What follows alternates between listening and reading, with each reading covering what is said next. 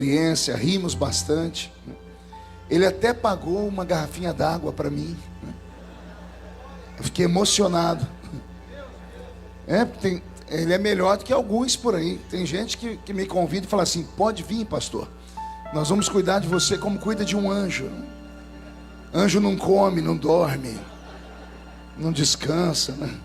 Mas ele me tratou como gente. Deus abençoe, viu? Como é que é o nome do rapaz que estava com o senhor? Anderson. Cadê o Anderson? Foi arrebatado, ó. Cadê o Anderson? Ah, só estou vendo a barba dele, né? Deus te abençoe, viu, Anderson? Foi nosso copiloto ali, né? O copastor. Ele falou que era segurança, mas quando eu dei uma olhadinha no tamanho dele e na circunferência dele, Deus te abençoe, viu, Anderson? Abra sua Bíblia comigo no Evangelho segundo escreveu São João. João capítulo de número 3. Deus está aqui. Oh, Ellison. É Ellison, né? Acertei. Se aquele tecladista seu não tiver muito ocupado por aqui, eu acho que eu vou levar ele para o interior de São Paulo. Tem coragem de ir embora comigo? Você trata ele direito. Não, é sério. Falando sério, filho. Deixa eu, na hora que o moço do som sair da sua frente, eu profetizo. Aí. Você é diferenciado. Guarda o que Deus te deu. Não deixa nada nem ninguém tomar. Não deixa subir para a cabeça. A igreja é a noiva. Eu dei um conselho a um amigo meu, Samuel Mariano. Quando eu vi pela primeira vez, eu tive com ele esses dias, ele falou: pastor, nunca vou esquecer.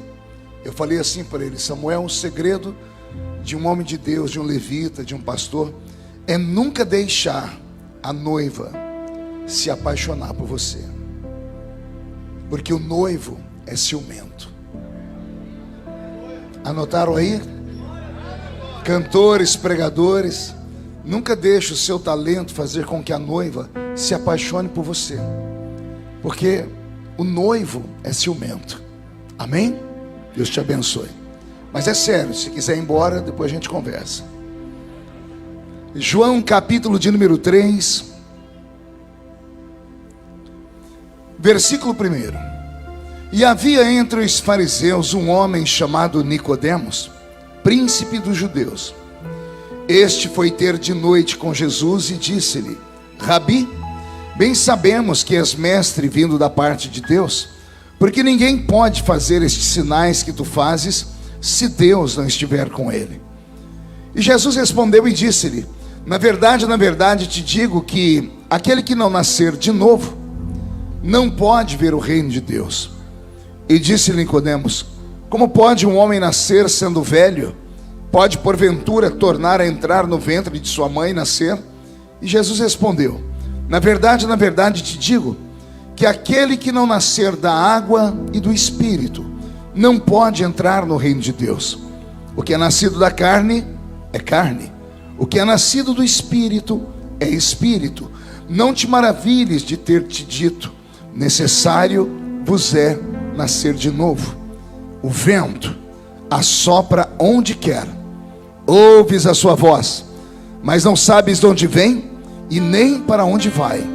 Assim é todo aquele que é nascido do Espírito. Amém, igreja? Feche a Bíblia, coloque no banco, na cadeira, e pegue na mão da pessoa mais perfumada do seu lado. Eu tentei bonito, não deu certo. Perfumado, vamos ver se dá. Isso. Aperte a mão da pessoa com carinho até ela falar aleluia. Pentecostal que não faz barulho está com defeito de fabricação, não é? Feche os olhos e vamos orar. Pai, nós te exaltamos, nós te glorificamos. Nós entendemos que dentro de alguns minutos e esta linda igreja ficará pequena para o tamanho da glória que o Senhor vai mandar do alto dos céus. Os que vieram tristes começarão a saltar de alegria. Os que vieram se arrastando não voltam para casa se arrastando. Hoje voltarão voando nas asas de um novo tempo. E antes que eu comece a revelar os seus segredos, cerque esta igreja com a sua glória. E num raio de 5 quilômetros, onde houver um demônio alojado, eu dou a esses demônios segundos para sumirem daqui.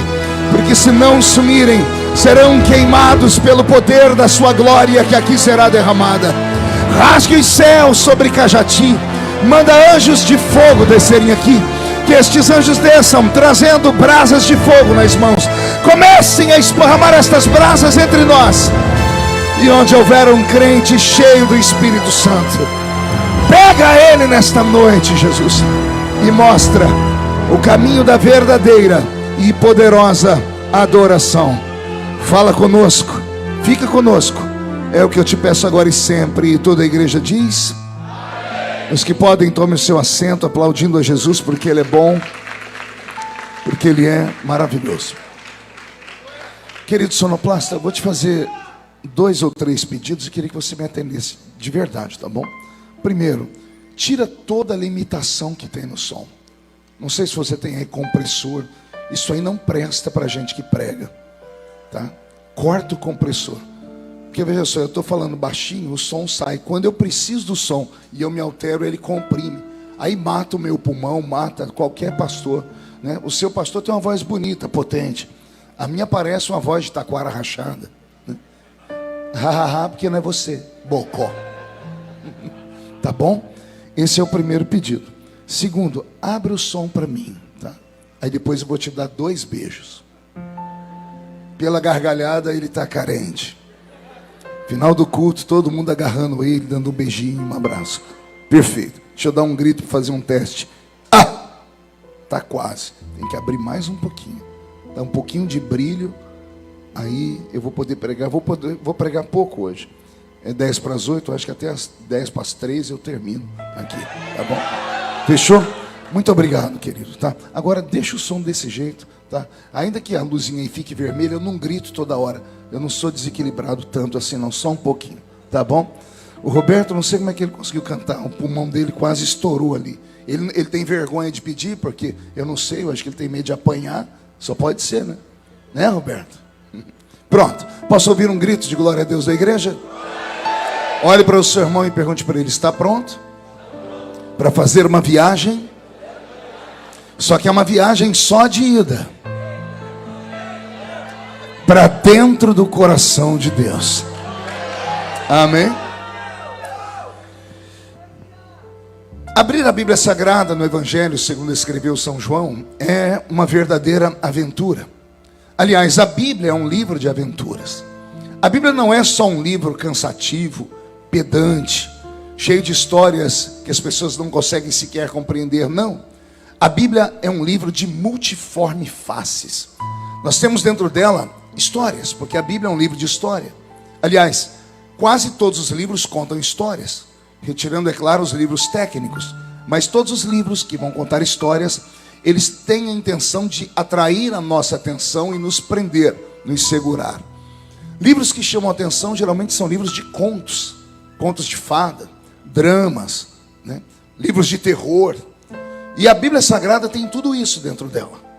A Bíblia é um livro de romance, ela é um livro de drama, ela é um livro de ficção, ela é um livro de terror. Pastor, tem terror na Bíblia? Ou se tem. Vou te contar uma história de terror da Bíblia em 3 segundos. Tem um menino pequenino em cima de um gigante. Ele catou uma espada, agarrou a cabeça do gigante pelo cabelo e arrancou a cabeça do gigante e expôs para todo mundo como um troféu, dizendo: o único que tem cabeça e não a perde é o Deus dessa igreja. Tem livro, tem histórias de terror. Tem uma moça, uma dançarina, que encantou o rei. E o rei falou para ela: pede o que você quer, eu te dou até metade do meu reino. E ela falou: eu quero a cabeça do profeta em uma bandeja de prata. Você consegue imaginar um garçom andando dentro do palácio com uma cabeça de João Batista, com os olhos esbugalhados e sangue escorrendo por ela? Isso é terror. A Bíblia é um livro de drama. Não existe maior drama do que Jesus nas suas últimas 12 horas nesse planeta. Depois que ele foi traído por Judas, o Iscariotes, até a hora da sua crucificação, é um drama atrás de outro drama. Ele é espancado, ele é julgado num julgamento injusto. Isso é drama. A Bíblia tem livros dela que parecem histórias de ficção. O que é ficção? É aquilo que a mente do homem não consegue acreditar muito porque é surreal. Paulo escreveu livros de ficção. Ficção para o mundo, para nós, uma realidade futura. Paulo disse que, dada a palavra de ordem, o mesmo Senhor descerá do céu, com alarido, voz de arcanjo e trombeta de Deus. E então os que morreram em Cristo ressuscitarão primeiro. E depois nós, os que ficarmos vivos, seremos transformados e arrebatados seremos. E estaremos para sempre com o Senhor Jesus nos ares. Quem acredita nessas histórias da Bíblia? Pois bem, então a Bíblia é um livro de histórias, amém? Mas os evangelhos trazem as histórias mais lindas, porque os evangelhos são resumos de encontros entre o Criador e a criatura.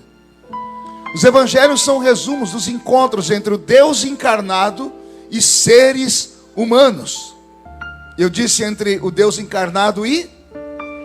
Não ouvi? 1, 2, 3. Acotovela o seu irmão e pergunte para ele: sabe o que é um ser humano? Alguém sabe o que é um ser humano aqui? Eu sei que alguém está dizendo: eu sou um ser humano, pastor. Sim. Mas qual é o significado da palavra ser? E qual é o significado da palavra humano? A palavra ser humano, ela aponta para aquilo que nós somos na essência. A palavra ser é uma entidade invisível. Deus é um ser, ele é uma entidade invisível. O Espírito Santo é um ser, é uma entidade invisível. Então o ser é uma entidade invisível. E o que é humano? A palavra humano vem de humus. E o que é humus? É terra misturada com esterco. O humus é terra misturada com esterco. E quando a terra está misturada com esterco, qualquer semente que cai nela vai germinar, crescer, enfim. Pois bem, o que é um ser humano? O ser humano é uma entidade invisível que habita dentro de uma terra misturada com esterco. E esterco, eu não preciso falar para você o que é. Todo mundo sabe o que é esterco. Pastor, por que o senhor está dizendo isso? Porque alguns entre nós pensam que são semideuses. Alguns acham que são até o 4º membro da Trindade. É sério. Só porque a pessoa tem aparência um pouquinho melhor do que a outra, porque tem um pouquinho mais de condições financeiras do que a outra, só porque estudou mais do que a outra, só porque é filho do fulano de tal, andam pelas ruas da cidade, alguns entram até dentro da igreja de salto alto, estufando o peito, olhando por cima, como se o outro fosse inferior a ele. E até mesmo essa criatura linda, poderosa e rica não passa de um ser humano. É uma entidade invisível que habita dentro de um pedaço de terra misturada com fezes. Porque humano vem de humus, e humus é terra misturada com esterco. Quando eu era jovenzinho na escola dominical, meu professor me ensinou errado. Ele disse assim: todo ser humano, ele tem um espírito que habita dentro de um corpo. Nós não temos um espírito. Nós somos um espírito. Por quê? Porque a palavra ser e a palavra estar ou ter são diferentes. A palavra ser, ela é eterna. E a palavra ter, ela é passageira. Eu dou um exemplo. Eu tenho este terno. Eu não sou este terno. Eu tenho ele hoje. Amanhã, com o passar do tempo, ele vai rasgar, vai perder a cor, e eu não terei mais, jogarei fora, ou darei para outra pessoa que queira. Porque o que eu tenho agora, posso não ter amanhã. Então eu não tenho um espírito, eu sou um espírito. A palavra ser é eterna. O que você é agora e será para sempre. O que você tem agora e pode não ter amanhã. Quem entendeu isso, diga: eu entendi. Então você não tem um espírito dentro desse corpo, não. É o seu espírito que habita dentro desse corpo. Esse corpo não presta para nada. Salomão disse que quando o homem morre, o pó volta para onde? O pó volta ao pó. O pó volta ao pó, mas o espírito, esse volta para Deus. Por quê? Porque Deus é eterno e nós somos seres eternos. Nós viemos de lá e um dia vamos voltar para lá. Você nunca se questionou porque o salmista empolgado disse assim: a minha alma tem saudades do céu. Como é que alguém pode ter saudade de alguma coisa que ele nunca viveu? Como você pode sentir saudade de um lugar para onde você nunca foi? Pergunte ao irmão do seu lado se ele tem saudade, por exemplo, do Cazaquistão. Não tem? Insensível. Alguém que tem saudade da Rússia? Do Alasca? Não, ninguém tem saudades. Por quê? Porque você nunca pisou lá. Aí o salmista disse assim: a minha alma tem saudades do céu. Por quê? Porque parte de você veio do céu, a outra parte de você veio da terra. A parte que veio da terra vai voltar para a terra, mas a parte que veio do céu vai voltar para o céu.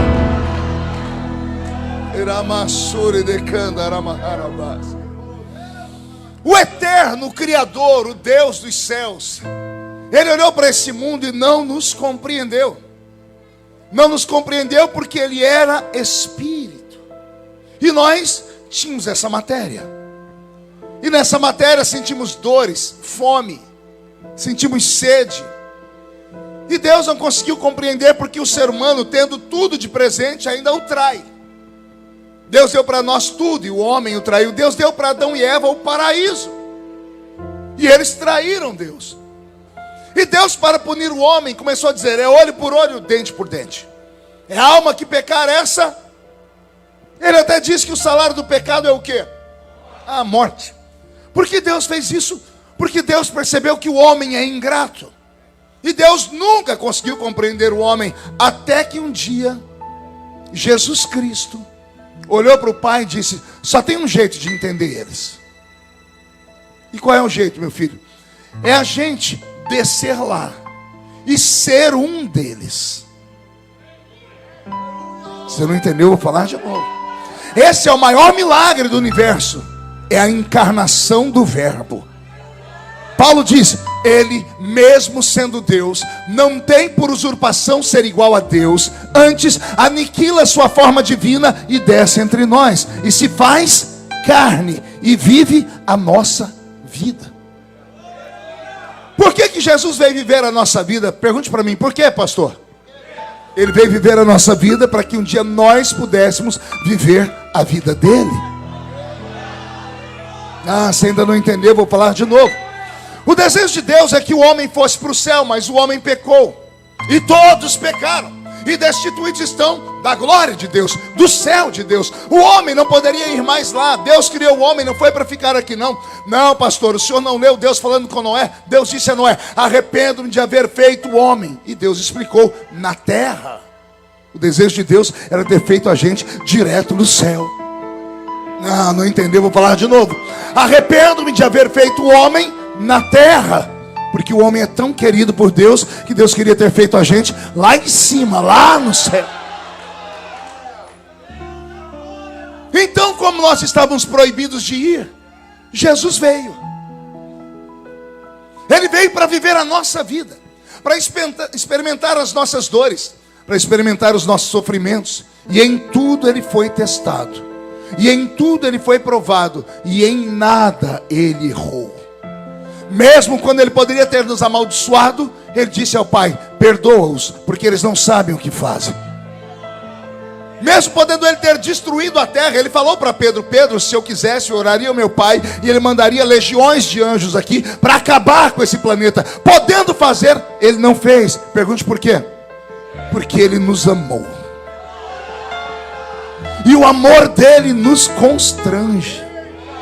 Ele veio, sofreu, pagou o preço, morreu, mas a morte não deu conta de segurá-lo.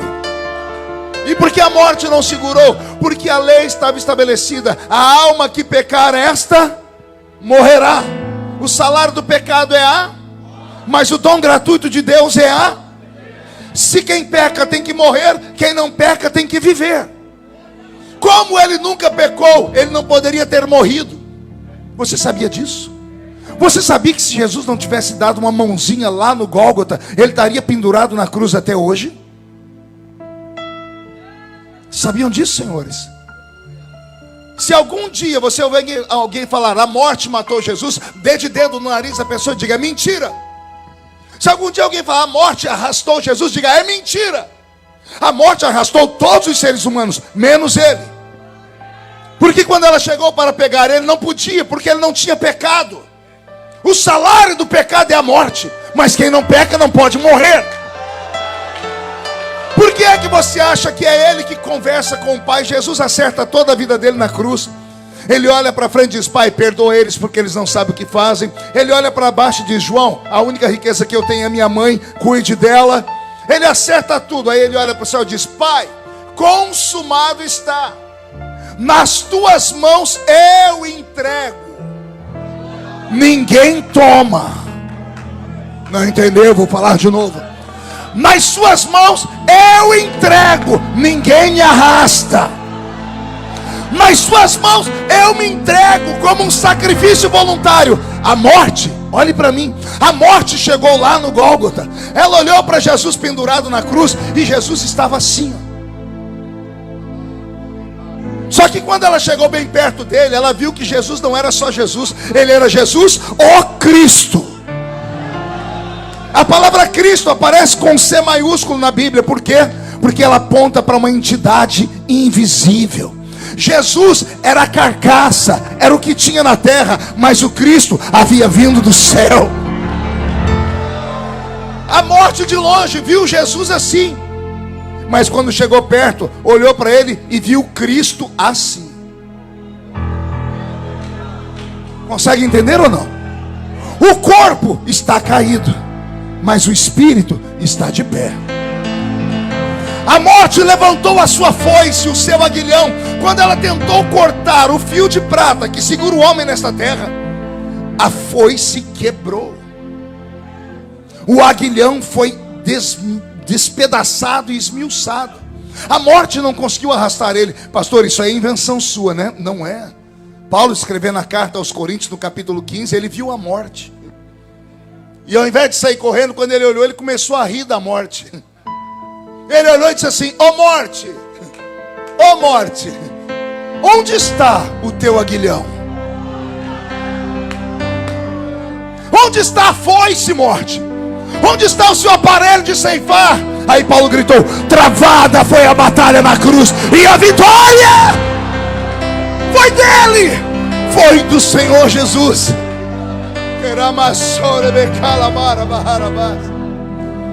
Quando você chegar na universidade e o seu professor de filosofia, todo mitidinho de nariz empinado, chegar diante de você e falar assim, Nietzsche, o filósofo alemão, declarou Deus morto. E quando ele falar que Deus morreu, comece a rir na cara dele. E quando ele vier falar com você, mas Jesus morreu, e você diz, Jesus sim, o Cristo não. Consegue entender isso ou não? Jesus morreu na cruz. O Cristo nunca morreu. Porque Cristo é Deus. Que Deus é esse que morre? Deus não pode morrer. Ele criou a morte. Ele criou a vida. E se um dia ele quiser acabar com a morte, como ele vai fazer? Ele vai acabar com ela, porque ele é antes da morte. Ele é depois da morte. Você já ouviu falar da tal eternidade? Quem já ouviu falar de eternidade?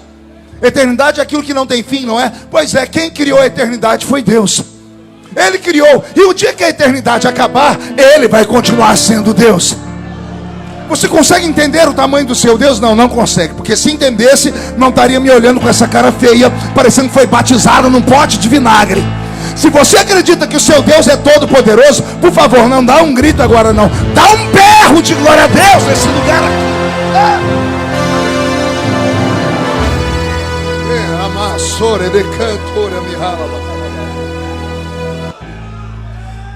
Nas suas mãos eu entrego. Ninguém toma, viu? Se Jesus não faz isso, ele estaria pendurado na cruz até hoje. Porque a lei de Deus não pode mudar. O homem não foi feito para morrer. Deus avisou Adão no Éden: coma de qualquer fruto, menos daquela árvore, porque o dia que você tocar nela, você vai morrer. Se Adão não tivesse tocado aquela árvore, estava vivo até hoje aqui. E quando eu chegar no céu, se você me ver correndo atrás de um cidadão para dar uns cascudos, não me segura não. Pode saber que é o Adão. Eu quero esguelar ele. O que eu tenho a ver com o seu pecado, miserável? Por que você foi comer aquela fruta? Você acabou com a gente. Aí ele vai jogar a culpa na Eva. E a Eva vai falar: não, mas foi a serpente. Aí a serpente vai falar: foi o diabo. Ninguém assume os erros. É o inferno, desde que o mundo é mundo. Pois bem, enfim, se Jesus não tivesse dado uma mãozinha, nós não teríamos sido salvos. Mas voltando à história, esse Jesus, quando passou por aqui, ele resolveu falar com seres humanos, com pessoas simples, com gente igual a mim, igual a você. Ele poderia ter ido do Palácio dos Reis, mas ele preferiu andar ao lado de prostitutas. Ele poderia ter chamado os anjos para conversar com eles, mas ele preferiu estar ao lado de Zaqueu, o publicano. Ele veio andar ao lado dos seres humanos. Então os evangelhos nada mais são do que os encontros entre Deus e o homem. Amém até aqui? Beto, mude a música. O capítulo 3 do Evangelho de João é um desses encontros entre Jesus e um homem chamado Nicodemos. Qual o nome dele? Pergunte a alguém do seu lado: conhece o Nico? Já ouviu falar dele? Vamos aprender um pouquinho sobre esse Nicodemos. Pense num homem diferente. Era o doutor Nicodemos. Olha que eu estou chamando ele de doutor Nicodemos. Ele era doutor porque ele era PhD em matérias. Ele era doutor da lei, ou seja, ele era um advogado. Doutor da lei é alguém que é doutor em leis. Naquele mundo, Roma já havia dado ao universo o direito romano. Tem um advogado na Bíblia que poucas pessoas sabem que era advogado, o apóstolo São Paulo. Quando a Bíblia diz que ele era doutor da lei, ele nunca foi da tribo de Levi, então ele não era um sacerdote, ele era um advogado. O doutor Nicodemos era um advogado. Só que além de advogado, ele também era da linhagem dos sacerdotes, era um levita. E como era um levita da linhagem dos sacerdotes, e ele conseguiu se destacar, ele também era membro do Sinédrio. Diga comigo, Sinédrio. O que é um Sinédrio? O Sinédrio era uma reunião de anciãos, os homens mais velhos de Israel, com quem Roma, quando queria baixar uma lei ou fazer qualquer pedido ao povo judeu, não ia falar direto com o pobre, com a plebe. Roma enviava emissários. Esses emissários iam para um sinédrio, onde tinham homens mais velhos, geralmente um representando cada tribo de Israel. Homens que conheciam a lei, geralmente rabinos. Homens que falavam pelo povo, em quem o povo confiava. Então Roma, quando queria falar alguma coisa, não falava direto ao povo, senão daria uma guerra civil. Então Roma aí falava com os anciãos. Os anciãos maduros pesavam e chegavam diante do povo e diziam: a partir de hoje vamos fazer isso, ou isso, ou isso. O doutor Nicodemos, portanto, era sacerdote, advogado e político. Não bastasse isso, o doutor Nicodemos era uma figura extremamente respeitada em Israel. Era um homem que ninguém nunca ouviu falar que ele esteve na zona do Baixo Meretrício. Nunca ninguém encontrou o doutor Nicodemos de fofoca com os outros. Nunca ninguém viu o doutor Nicodemos escondido no bar tomando uma birita, enchendo a cara de cachaça. Ninguém nunca viu o doutor Nicodemos mexer com a mulher de ninguém. Ninguém nunca viu o doutor Nicodemos no meio de confusão. Aliás, a presença dele metia medo nos povos. Quando ele passava por algum lugar, qualquer barulho que estivesse fazendo se inquietava. Ao andar perto dos mortais, ele passava e as pessoas faziam assim. Quer perguntar por quê? Não era por ele não, porque ele era só um homem. É porque ele carregava na cabeça uma mitra, um turbante, escrito em ouro aqui: santidade, ao Senhor. As pessoas que olhavam para ele, ao olhar para ele, liam santidade ao Senhor, e automaticamente abaixavam a cabeça, porque ele representava o céu. Em dias normais, ele usava uma estola sacerdotal branca, uma roupa que representava a pureza do santo dos santos.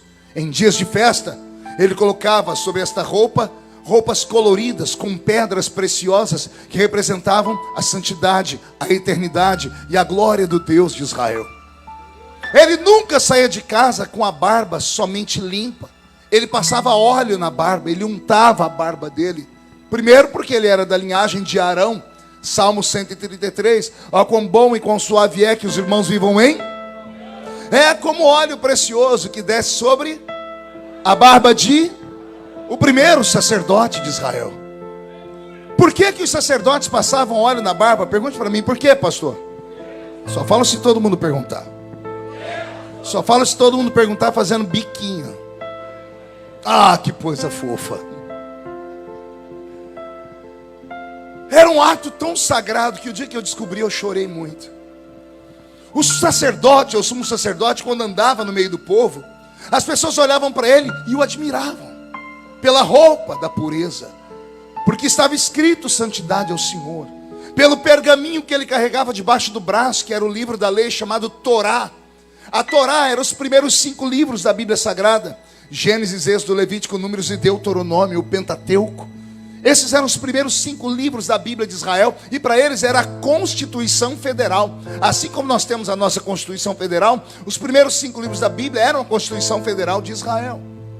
Então todas as pessoas, quando viam Nicodemos, em respeito ao que ele representava, se inclinavam.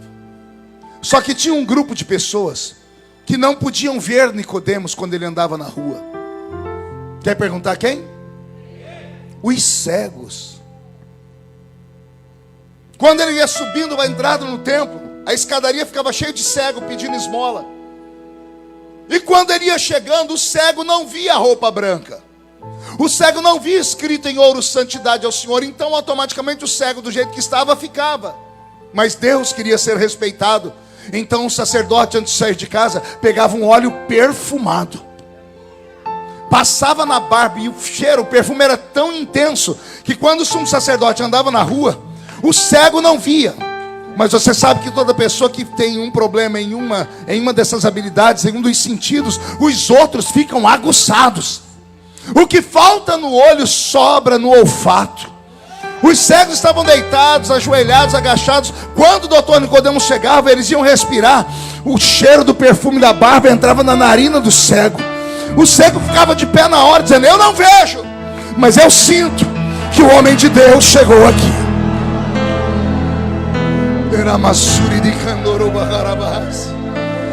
Eu não vejo, mas eu sinto que o homem de Deus está chegando aqui.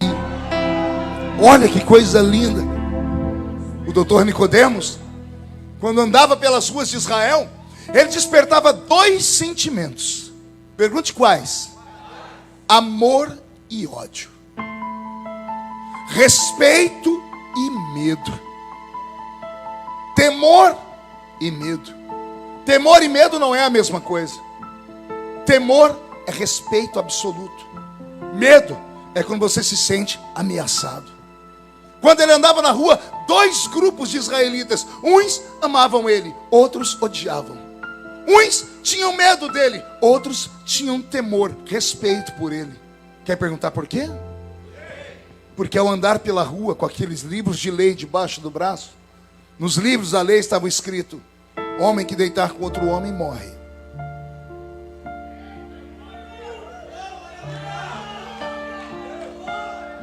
Mulher pega em ato de adultério é apedrejada na rua até morrer. E 1 milhão de leis, 613 leis que não podiam ser quebradas, todas escritas no livro de Levítico.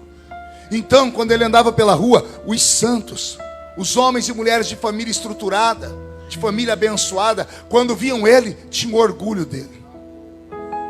Quando olhavam para ele, tinham respeito por ele. Mas no meio da sociedade tinha gente que vinha do submundo. Tinha gente que a sociedade não aceitava. Era gente abandonada pelos pais. Eram pessoas com defeitos e anomalias físicas. Eram aleijados, cegos, leprosos, que quando andavam pela rua, as pessoas jogavam pedra neles e eles tinham que entrar gritando: sou imundo, sou imundo. Se Nicodemos parasse na frente de qualquer um desses moribundos e falasse: matem, as pessoas não perguntavam duas vezes. Lembram que um dia trouxeram um homem perto de Jesus. O homem era tão doente que os discípulos falaram: quem pecou, Senhor? Foi ele ou os pais dele? Porque para o judeu, qualquer anomalia, qualquer doença era pecado escondido. E quem é que tratava do pecado? O doutor Nicodemos. Então se ele falasse mata, as pessoas matariam na hora. Quem lembra da mulher pega no ato de adultério? Lembram dela? Sabe qual foi a sorte dela? Estavam arrastando ela até o templo onde estava o doutor Nicodemos. Só que no meio do caminho encontraram o doutor Jesus escrevendo na areia.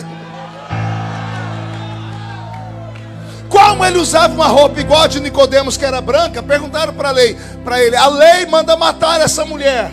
Ah, se falam isso para Nicodemos. Nicodemos ia dizer: mate agora. Mas quando chegaram em Jesus, Jesus disse: quem não tem pecado, atire a primeira pedra. E o que aconteceu? Todos foram embora. E Jesus perguntou: onde estão seus acusadores? Não me acusaram. Aí ele diz o quê? Se eles não te acusaram, eu também não te acuso. Vai e não peques mais. Quem gosta de revelação aqui? Vou te dar uma revelação na Bíblia que eu acho que você nunca ouviu.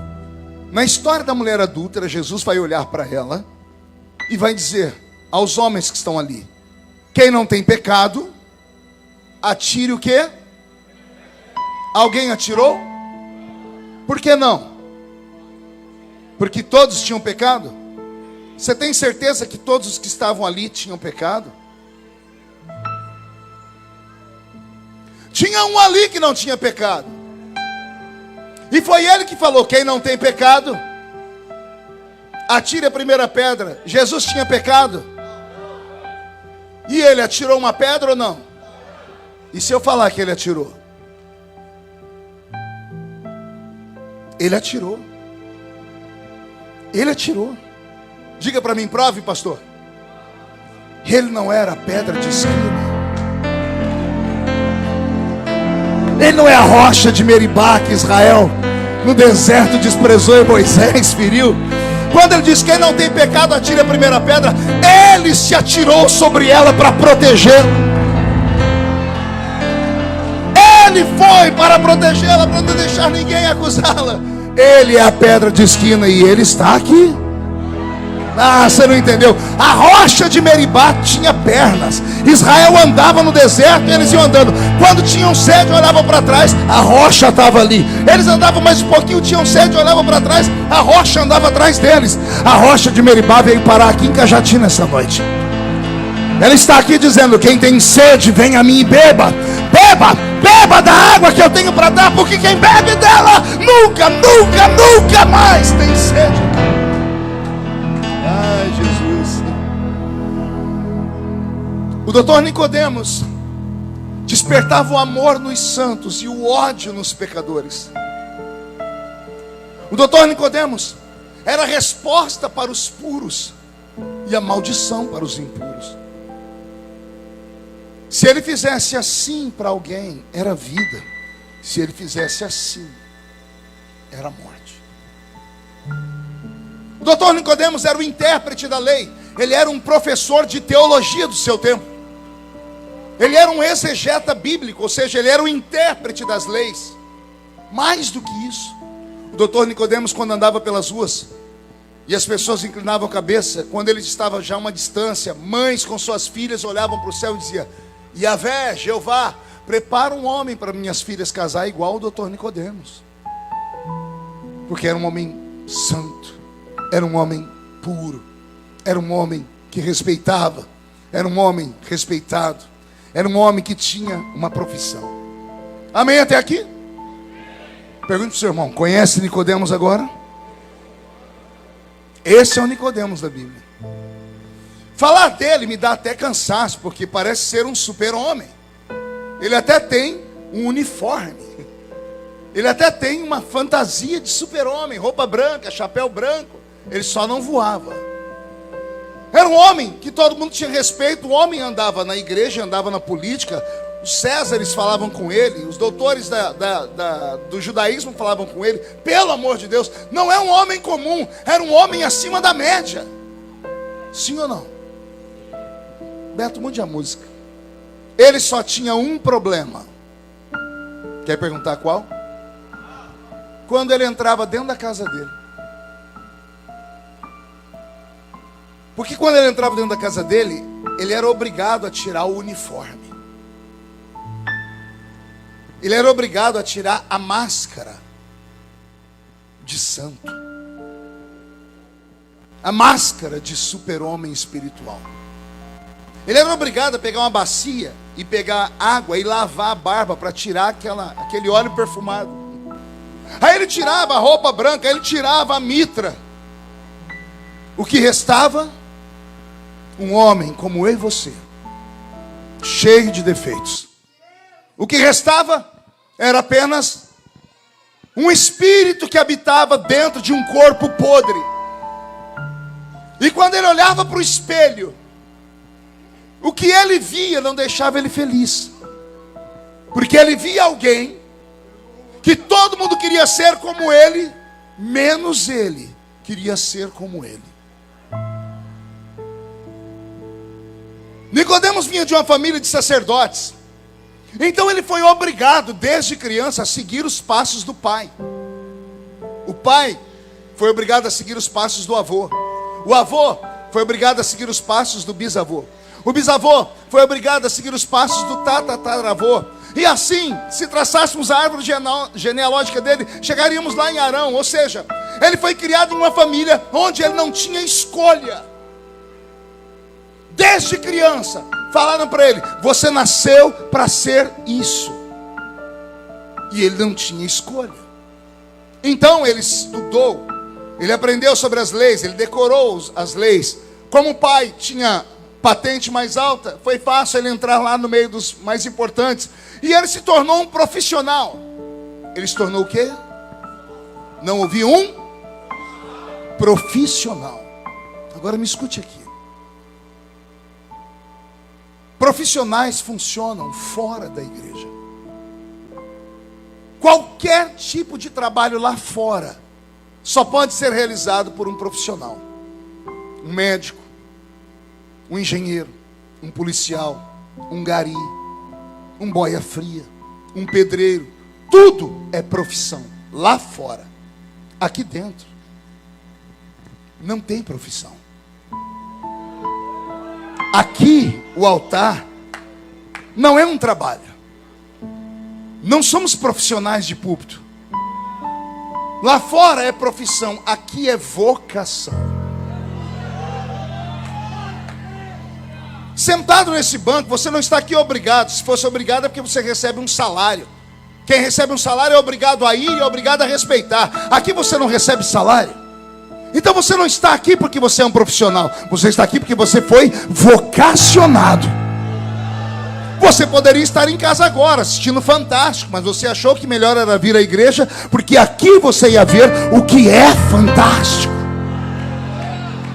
E fantástico é essa presença invisível. Olha, eu disse presença invisível. A gente não vê, mas a gente sente. A gente sabe que Deus está aqui. A gente sabe que Ele está aqui porque o nosso corpo reverbera a presença dEle. Olha o irmão do seu lado chorando. Olha o outro ali tremendo. Alguém está falando em línguas ali atrás. É claro também que tem um monte de gente abrindo a boca de sono. Tem gente que está aqui dentro e não sabe nem o que está fazendo aqui, porque não consegue se ligar. Entraram na igreja, mas não entraram no culto ainda. Só pode entrar no culto aquele que tem vocação. Só vocação. Aqui é vocação.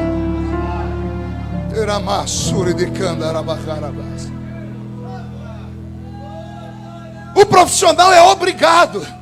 O vocacionado faz de corpo e alma. Nicodemos entrava em casa, tirava a roupa de super-homem, colocava o livro lá num canto, lavava a barba, sentava numa cadeira e dizia: que tédio. Eu queria ser outra coisa. Eu não queria ser isso. Mas como eu me especializei nisso, eu tenho que ser aquilo que as pessoas querem que eu seja. Então lá fora eu sou o doutor da lei, eu mando matar, eu dou vida, eu falo com todo mundo, eu conheço os livros, eu decorei, eu falo sobre Deus. Mas eu não te conheço, Deus.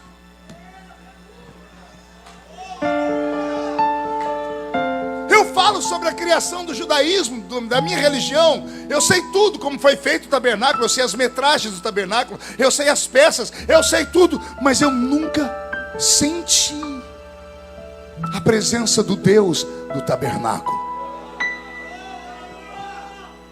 Como é que o senhor sabe disso, pastor? É só ler a história dele. Um dia ele vai ter com Jesus. Que hora? Não ouvi? 2 horas da tarde. De manhãzinha, na hora do café. A Bíblia diz que ele foi ter com Jesus de noite. Por que ele foi ter com Jesus de noite? Alguém vai dizer: ah, pastor, porque ele era uma pessoa muito importante, não queria ser visto ao lado de Jesus. Conversa para boi dormir. José de Arimateia era senador e não tinha vergonha de andar ao lado de Jesus. Nicodemos foi ter com Jesus de noite por causa de um único motivo. Pergunte qual? Ele não dormia.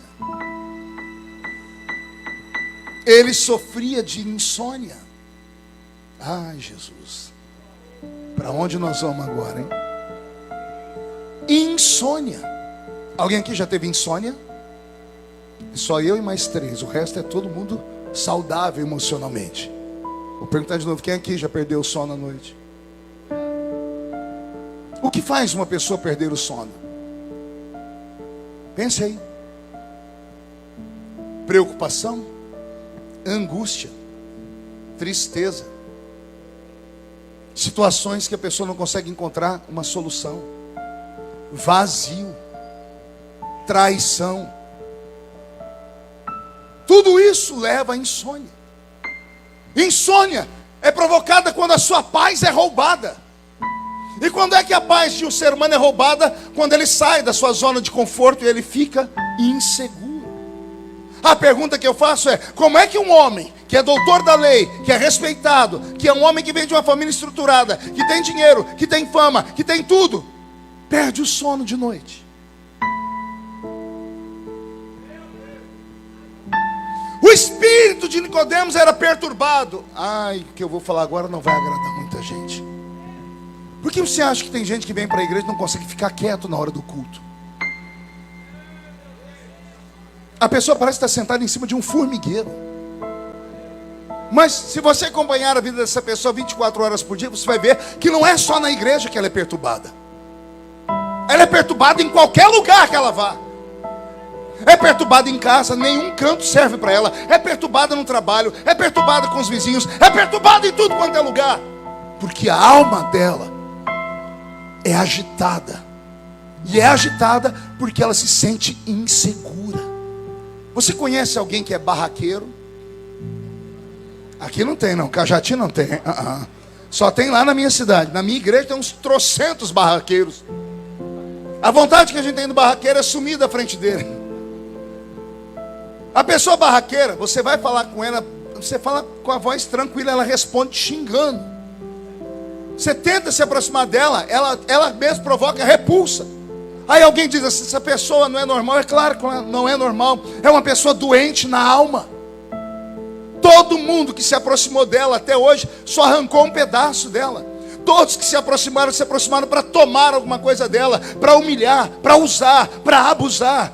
Então ela criou ao redor dela uma redoma. Para ela o ataque é a forma de se defender. É o cachorrinho caído na rua, cheio de doença. Alguém chega com paixão por ele, vai tentar socorrer, o cachorro vai morder. E não é que ele vai morder porque ele não quer ajuda, é porque tudo nele dói. Ah, Jesus. Jesus atingiu a alma de alguém. Só existe um lugar seguro no mundo, igreja. se chama o centro da vontade de Deus. Quando você está no centro da vontade de Deus, pode se levantar 11.000 inimigos contra você. 1.000 cai de um lado, 10.000 cai do outro lado, e você não é atingido. Por que é que você acha que Paulo, nas angústias, nas tribulações, jogado de cima de muralhas, naufragado 3 vezes, passou fome, passou necessidade, e quando alguém perguntava para ele, ele dizia: nada me separa do amor de Cristo. E alguém perguntava por que, ele dizia: porque eu sei em quem eu tenho crido. Você sabe em quem você tem crido? Se você sabe, como é que você vem na casa desse que você diz crer e fica o culto inteiro olhando o pregador com uma cara feia, parecendo que foi batizado num pote de vinagre? Me diz aí, se você acredita mesmo que você está no lugar por vocação, como é que estando aqui você não abre a boca nem para respirar? Passa o culto inteiro com essa boca travada, essa boca de aço, essa língua de ferro, esse queixo de concreto. Você está num ambiente onde a glória de Deus está manifestando e fica me olhando com esse olho seco, parecendo olho de sapo que morreu no dia de enchente. Se você está aqui porque você é vocacionado, sinta a presença de Jesus Cristo de Nazaré e reage.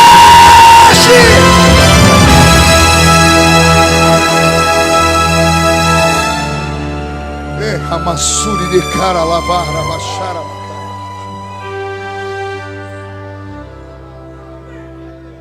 Nicodemos não tinha paz, porque ele não ia à igreja dele porque ele queria, ele ia porque ele estudou para ir. Ele não executava o ministério dele porque ele tinha vocação, ele executava porque ele se profissionalizou. O tema aqui não é sobre despertar o dom. Como é que você, tendo o dom, vem para a igreja obrigado? Como é que você, sendo obreiro na casa do Senhor, diácono, presbítero, evangelista, o que for, vem para a igreja obrigado? Se eu não for, o pastor me põe de gancho. É porque você não foi vocacionado. Você usa como escudo dizendo: eu sou vocacionado, mas não tem paixão pelo que faz. Ao não ter paixão pelo que faz, nada na sua vida prospera. Vai ficar como diácono até Jesus voltar. Vai ser o presbítero da cara feia que ninguém quer ouvir pelo resto da vida, porque não teve vocação para isso. Vai ser o músico todo metidinho, que se alguém falar alguma coisa, eu largo a minha guitarra e vou embora, porque não tem vocação de estar aqui. É só isso. Você é um profissional, mas nesta noite Jesus vai pegar você e vai te chacoalhar.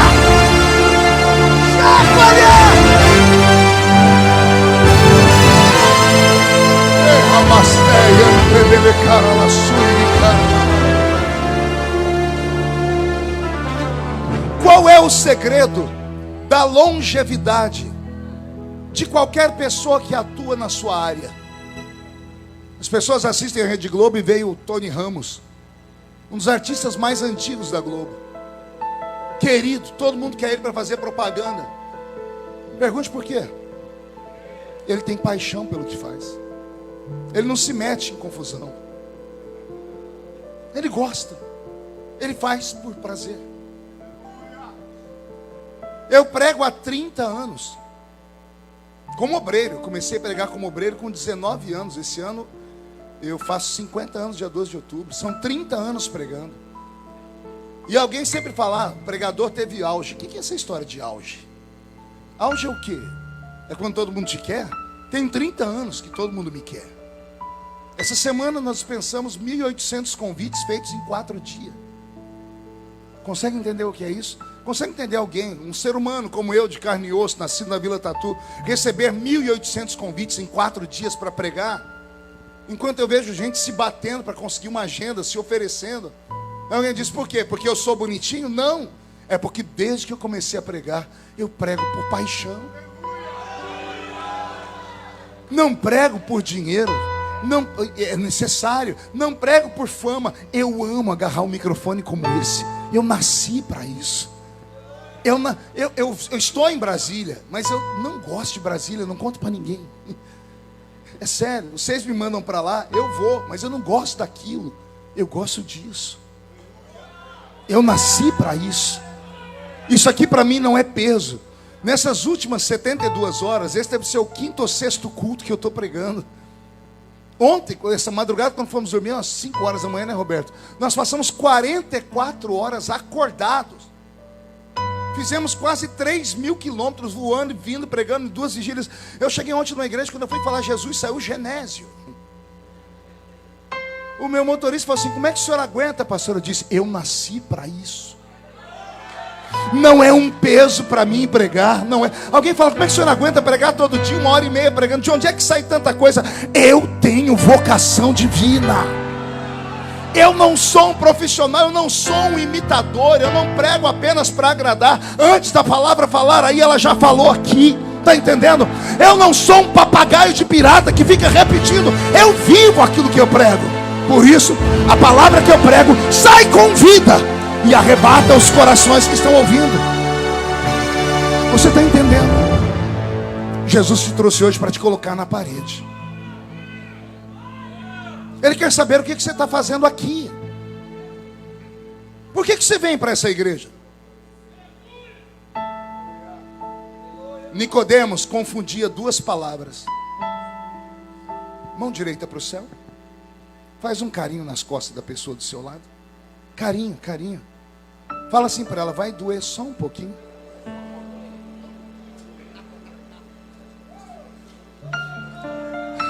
Nicodemos confundia 2 palavras. Pergunte quais? Conversão e convicção. Conversão e convicção. Quais palavras? Pergunte a alguém do seu lado: sabe a diferença? Olha, parecem palavras gêmeas. Até são similares no falar. Conversão, convicção. Mas são 2 palavras opostas. Convicção se dá aqui. A convicção é uma matemática, uma equação. Você vem a esta igreja por convicção? Sim, por quê? Porque eu gosto da filosofia dos crentes. O que te traz aqui? Eu fui para aquela igreja porque lá está cheio de moça virgem e bonita. No mundo eu não tenho, lá eu encontro alguém para casar. Convicção, a pessoa sabe como funciona o nosso sistema. Eu vou para aquela igreja porque lá ninguém mata, ninguém rouba, ninguém adultera. Pelo menos pressupõe-se que não aconteça isso. Convicção. Eu vou para lá porque meu patrão está lá. Pode até me dar um aumento de salário. Eu vou porque eu quero conquistar a filha do fulano de tal e ele só acredita em crente, então vou virar crente. Eu vou para ali porque se eu não for, minha mãe não vai me dar o celular que ela prometeu no próximo aniversário. Eu vou. 1 milhão de coisas te trazem aqui, menos a principal. E qual é a principal? É entrar aqui para adorar. Mas você não adora. Você mede as pessoas do pé à cabeça. E termina o culto lá fora, se arruma meia dúzia igualzinho você, que tem a língua do tamanho da gravata do pastor. E lá fora começa: meu Deus, você viu lá o cara, mas não pregou nada hoje. E o cantor desafinou na 2ª estrofe. E aquela irmã, você viu a roupa dela? E o cabelo pintou. Ah, você não é convertido nem aqui, nem na Conchinchina. Não é. Não conte para ninguém, mas se você olhar rapidamente, eu vou fechar o olho, senão eu entrego. Eu vi ali atrás uma moça lixando a unha. E do lado esquerdo dela, do outro lado, eu vi um casalzinho abraçadinho no culto. Tem problema abraçar aqui, pastor? Não, mas é que eu não estou vendo a sua mão, né, rapaz? Eu não sei onde ela está, o que ela está fazendo aí atrás. É sério. As pessoas entram num lugar como esse como se estivesse entrando na casa da mãe Joana. Aqui não é a casa da mãe Joana. Tem lugar, quer namorar? Vai lá na praça, vai na sorveteria. Aqui não é lugar disso. Aqui é lugar de adorar aquele que fez os céus e que fez a terra. Aqui não é lugar de ficar barganhando. Eu vou se o Senhor me der. Se o Senhor me der, eu vou. Aí Deus diz assim: eu já te dei mais do que você merecia. Você já foi perdoado. O seu nome está escrito no livro da vida. Eu já te dei dom.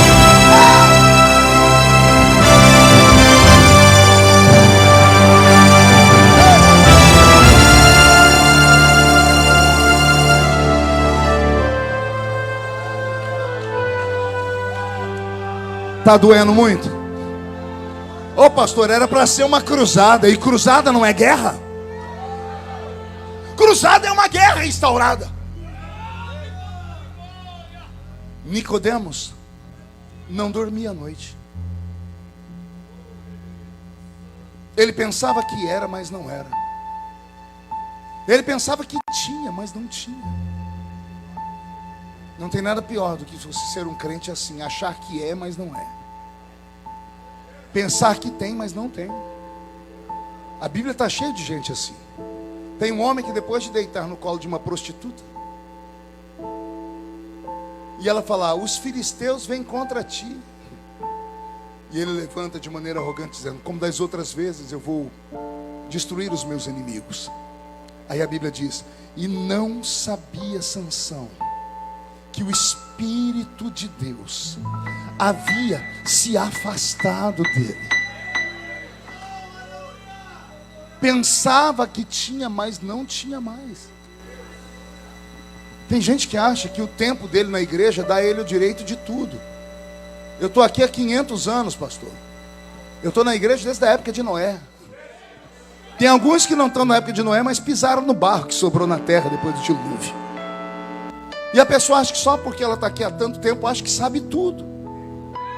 Igreja não é igual empresa. Empresa, quanto mais tempo de casa, mais responsabilidade você tem. Aqui não é tempo de casa que conta. Aqui é tempo de comunhão que conta. É tempo de joelho no chão, oração, sensibilidade, percepção, graça, dom, talento.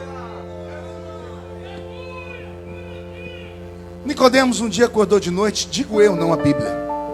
Imagina ele indo lá, pegando uma talha, uma moringa d'água, pegando uma caneca, colocando água, bebendo à noite. E de repente, a memória dele é despertada. Durante a manhã, ou à tarde, no Sinédrio, ele viu um grupo de homens conversando e falando sobre um tal mestre que havia aparecido em Israel. Curioso, fica com o ouvido atento, as anteninhas de vinil funcionando. E ele escuta alguém falar: esse homem é chamado de Yeshua. Dizem que ele levanta paralíticos. E eu imagino Nicodemos dizendo assim: em Israel sempre teve quem levantou paralíticos. E ele ouve alguém dizer: ele dá vista aos cegos. E ele dizendo para si: já teve quem curou cegos em Israel. Dizem que ele ressuscitou mortos. Já apareceram alguns bruxos que ressuscitaram também. Nada de novo debaixo do sol. Até que alguém diz assim: dizem que esse Yeshua perdoou pecados.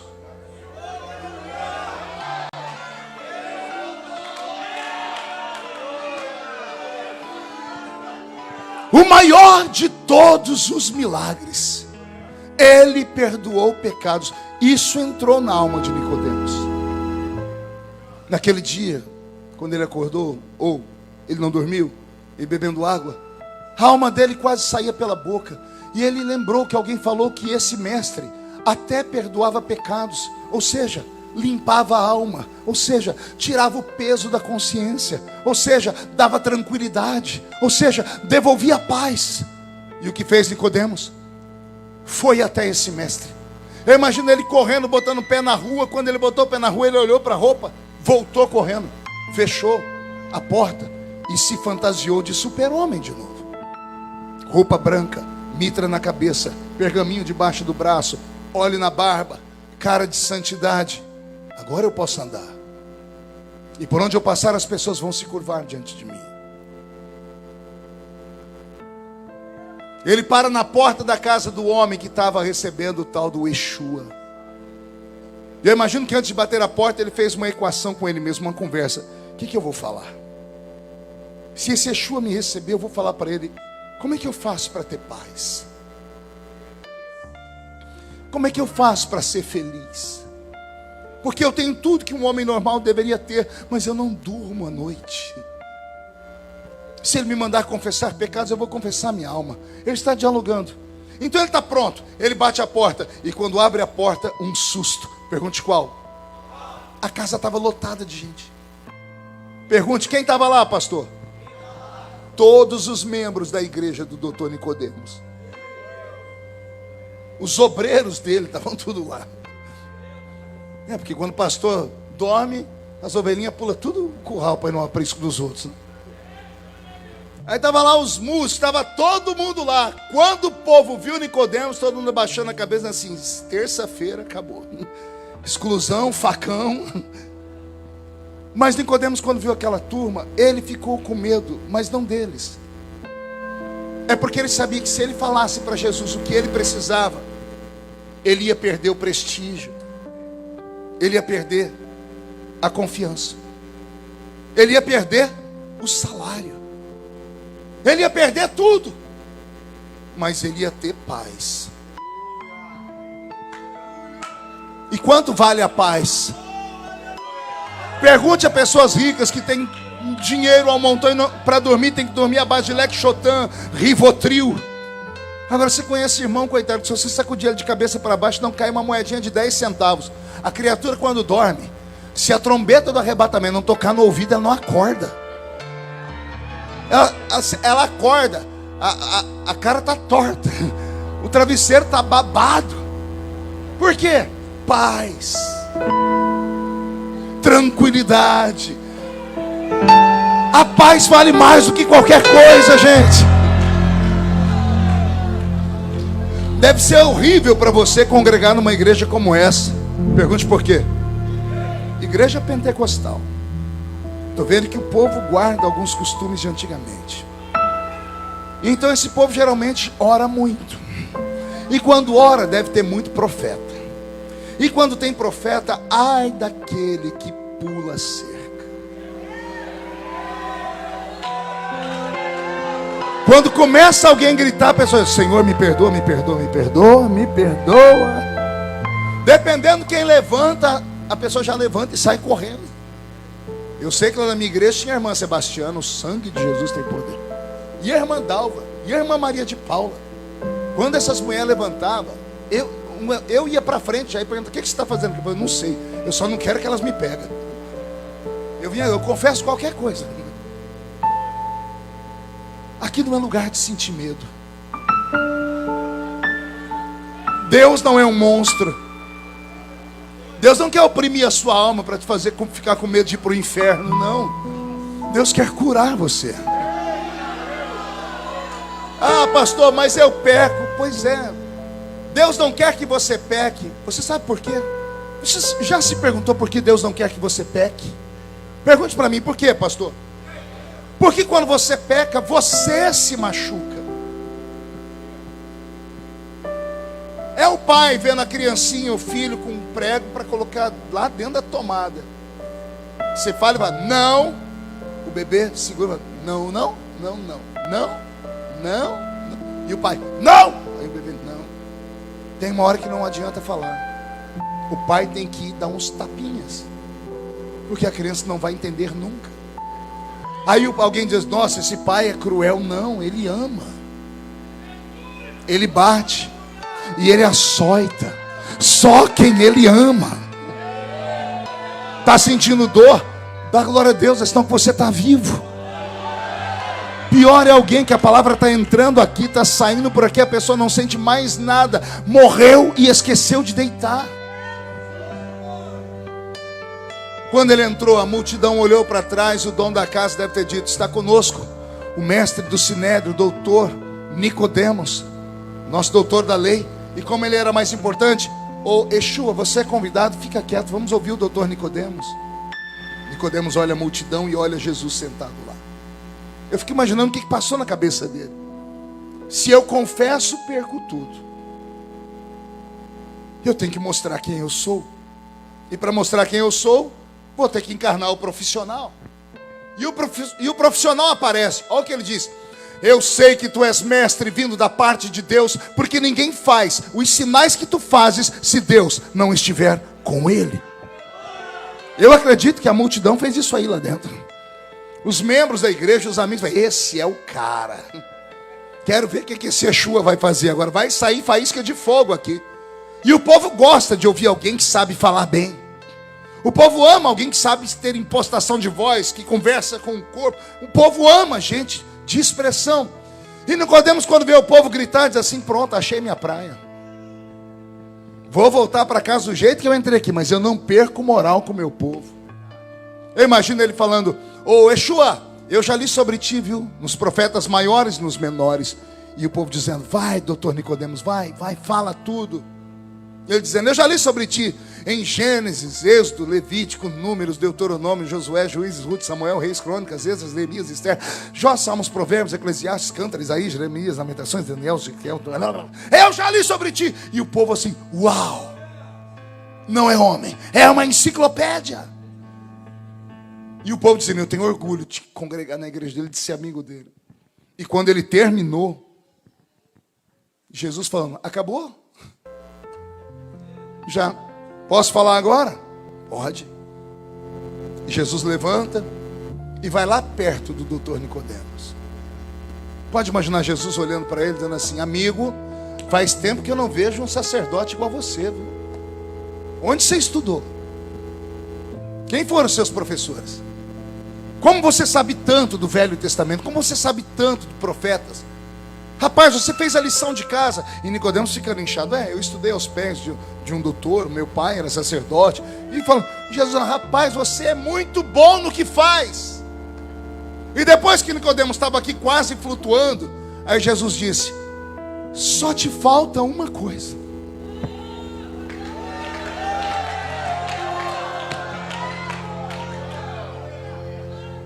Já pensou? Oh, você é bom para pregar, você é bom para cantar, você é bom para falar, você entende, você sabe tudo. Só te falta uma coisa. Eu imagino Nicodemos dizendo assim: o quê? Aí Jesus disse: você só tem que nascer de novo.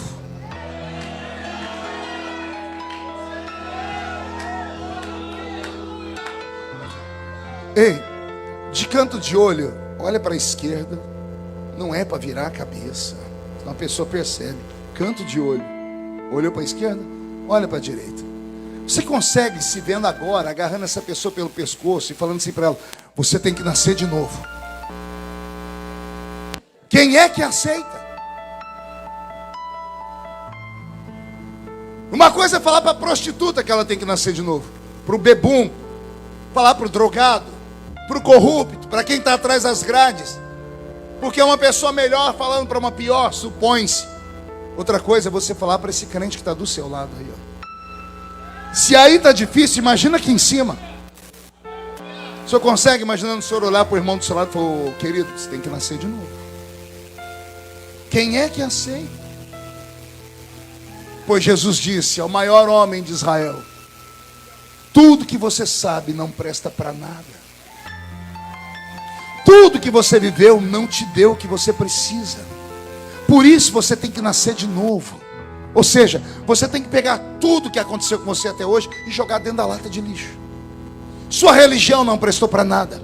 Seu conhecimento bíblico não prestou para nada. Sua voz bonita cantando não prestou para nada. Nada do que você faça prestou para alguma coisa. Nada. Quer ir para o céu, Nicodemos? Quer ter paz? Quer dormir tranquilo? Nasça de novo. Comece tudo do zero. Nicodemos ficou tonto.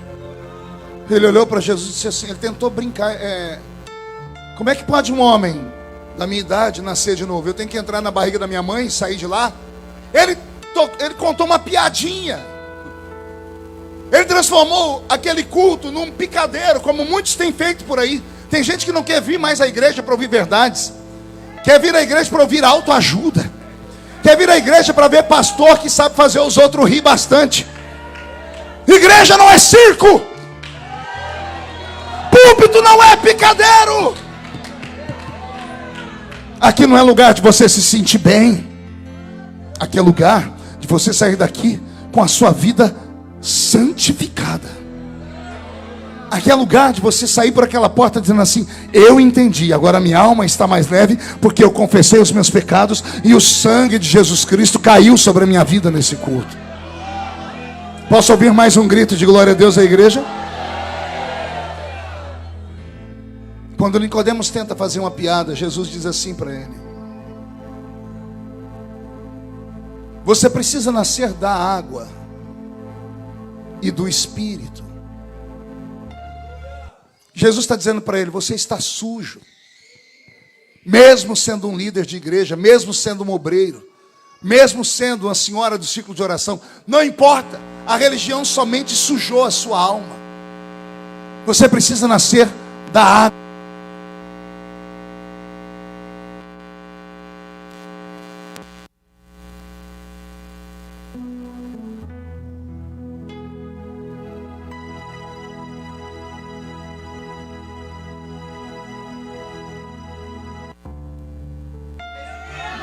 Som. Jesus de Nazaré. Não tem um lugar que eu vou que o som é uma bênção.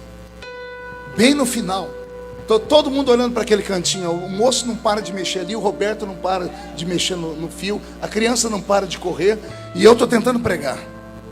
É muito difícil. O céu está querendo descer, mas a gente não deixa o céu descer. O inferno está furioso com o que eu estou pregando aqui. Sabe por quê? Porque o que eu estou pregando é a única coisa que dá o único dom verdadeiro. Se você veio para cá em busca do dom de profecia, dom de revelação, tá bom, você veio no lugar certo. Mas o maior dom não é esse. O maior dom é a salvação. Jesus disse: naquele dia vão chegar perto de mim e falar: mas eu curei no seu nome, eu tinha dom de cura. E Jesus vai dizer: eu nunca te conheci, aparta-te de mim. Mas eu expulsei demônios. Esse dom de expulsar demônios não é o maior, porque tem gente que expulsando demônios vai para o inferno de cabeça para baixo. O maior dom é você ter o seu nome escrito no livro da vida. E se você tem um nome escrito no livro da vida, todas as demais coisas são lixo. Todas as demais coisas perdem o sentido. O crente convertido de verdade, ele não pensa como os normais. Convicção é aqui. Conversão é aqui. Eu conheço um crente convertido quando eu dou a paz do Senhor para ele. Já deu a paz do Senhor para alguém que é convertido? A pessoa transmite paz, ela devolve a paz. Já tentou dar a paz do Senhor para uma pessoa esquisita? Você chega aberto, irmão, a paz do Senhor. A pessoa olha para você assim e diz: Nhô. Aleluia, né, irmã? Já aconteceu com a senhora, né? Você chega todo feliz: a paz do Senhor, irmão. Nhô. A pessoa te ignora. Você não se sente mal quando vê o irmão da esquerda orar em línguas, o da direita quase ir às alturas, e você passar o culto inteiro com o braço cruzado, mascando chiclete? Você não percebe que tem alguma coisa errada? Aí você vai dizer: não, pastor, é que eu não sou um crente menino. Que pena. Que pena que você virou esse crente velho. Não estou falando do velho crente. O velho crente é uma bênção, mas o crente velho é uma tristeza. Envelheceu aqui, envelheceu a alma. Vem para a igreja porque está viciado em culto, mas não sente nada do que acontece aqui. Está te faltando salvação de verdade. Mas hoje você vai nascer da água e vai nascer do Espírito, porque quem nasce do Espírito se joga nas asas dele. E o que acontece? Aí o vento sopra onde quer. Ouves a sua voz, mas não sabes de onde vem e nem para onde vai. Assim é todo aquele que é nascido do Espírito. Incline a sua cabeça por um minuto. Se a trombeta tocasse agora, você tem certeza que iria para o céu? Se a trombeta não tocar agora e você sair por aquela porta e a morte se aproximar de você, você vai para o céu?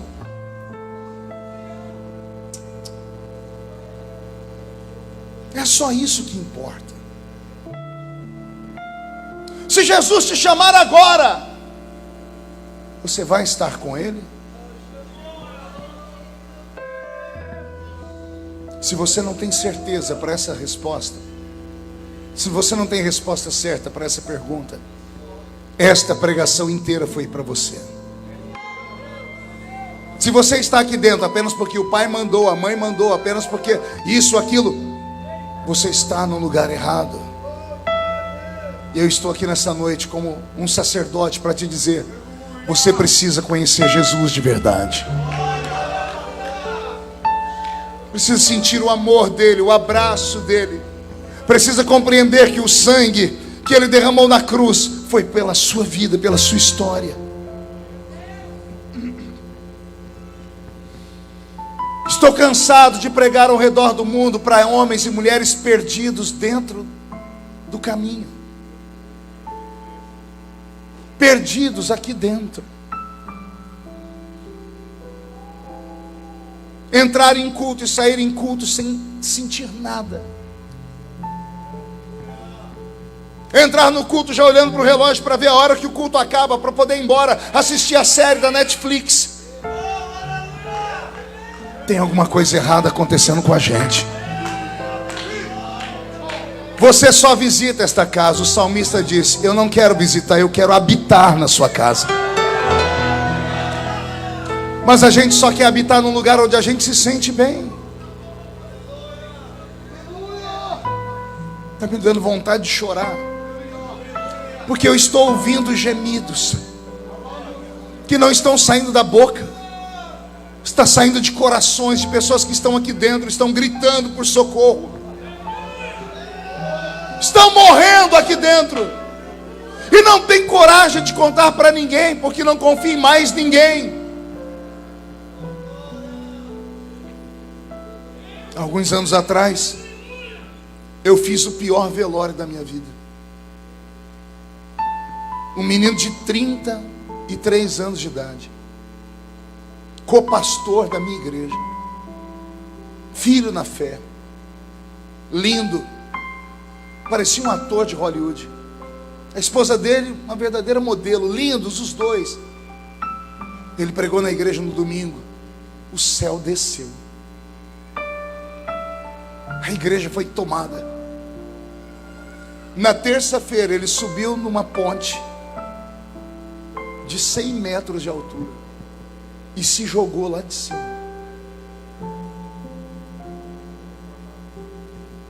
Morreu. Aí vou eu no velório. Eu olho dentro do caixão e me dá um nó na garganta. E eu conversei com ele, com a minha mente. É claro que ele não me ouvia, mas eu dizia: por que você não me falou o que estava acontecendo? Por que você não me disse que estava com tanta dor, que viver para você ficou um fardo? Estava na igreja fantasiado de pastor, pregando porque era um profissional, e morreu, tirou a própria vida. Sabe o pior? Foi que eu enterrei ele numa quarta-feira, e no domingo estou eu na frente da igreja e está todo mundo querendo uma resposta. Como é que o pastor da igreja se mata? O que falar? Eu só chorei. E eu só falei: será que tem mais alguém igual ele aqui? Que a gente acha que está salvo, porque a gente olha, a aparência é de salvo, a roupa é de crente, fala bonito igual um crente, prega e canta como um crente, atua como um crente, mas está morto aqui dentro.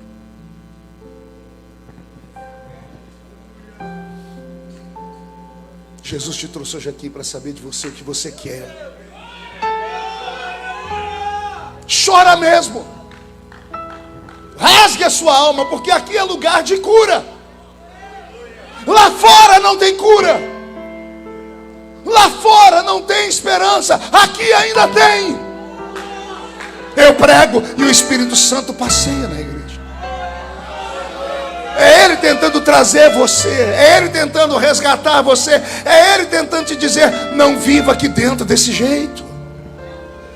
Servir a Deus não pode ser um fardo, não pode ser um peso, não pode ser um tédio, não pode ser apenas obrigação, não pode ser um medo. Eu estou aqui porque eu tenho medo de ir para o inferno. Então você vai para o inferno aqui dentro mesmo.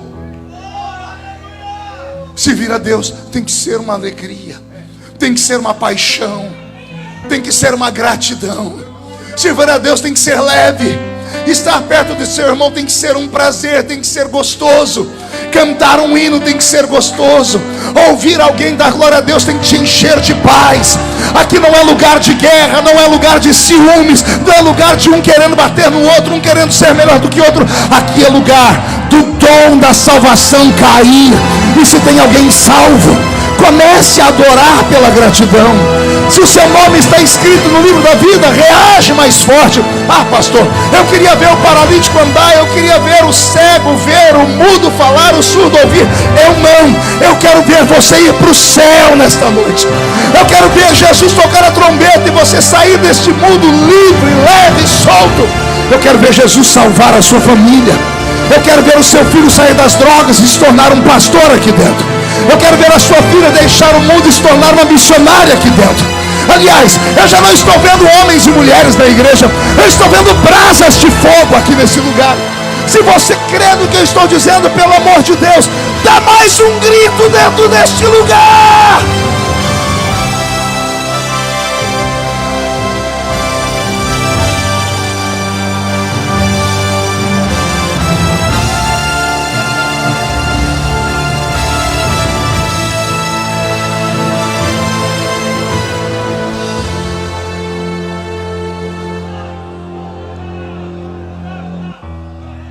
Eu encerro aqui.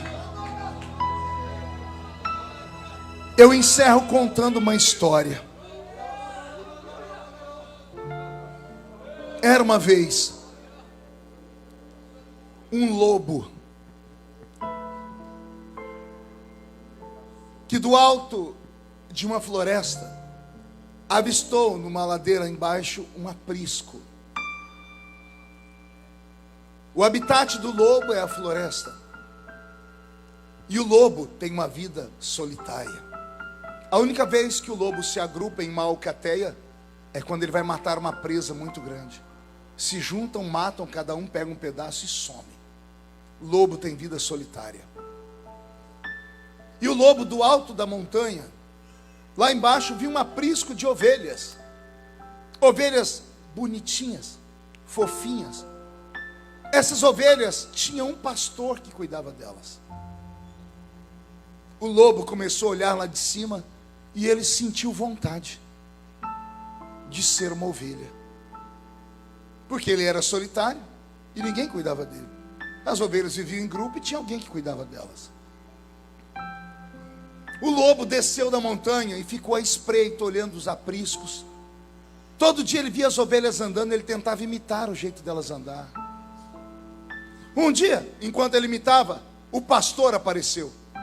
E quando o pastor levantou o cajado, o lobo gritou: não estou aqui para matar ninguém.